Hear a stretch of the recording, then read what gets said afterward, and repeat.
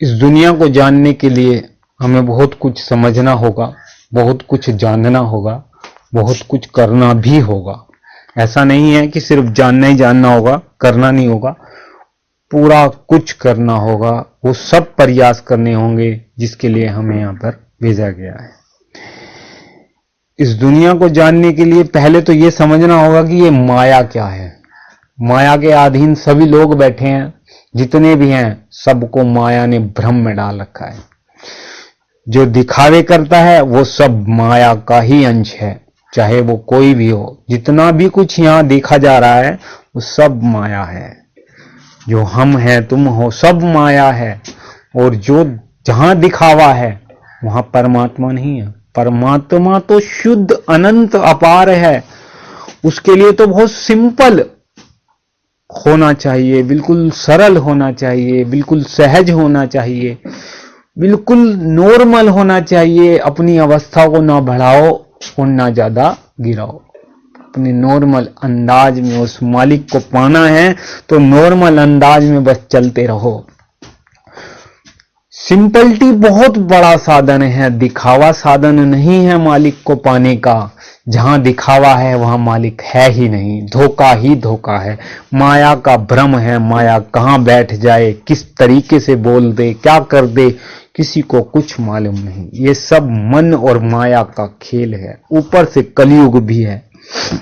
तो इसीलिए परमात्मा को अगर पाना है तो समझें कि वास्तविकता परमात्मा है क्या, और समझें कि वो कहां मिलेगा, कैसे मिलेगा।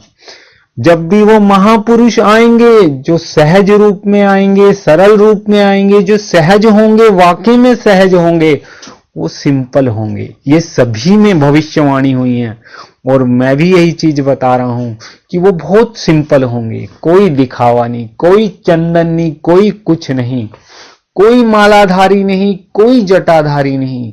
सिंपलिटी चीज होगी, सिंपल होंगे। हो सकता है उनकी दाढ़ी बड़ी हो सकता है उनकी मूछें भी हो सकता है उनके बाल भी बड़े हो, मगर दिखावा नहीं होगा। उनको पहचान पाना भी सरल नहीं होगा। सिंपल चीज होगी, बिल्कुल सिंपल, कोई दिखावा नहीं, एक पैसे का दिखावा नहीं होगा। वो मालिक का अंश होगा और वो सिर्फ आपको सिंपल ही बातें बताएंगे।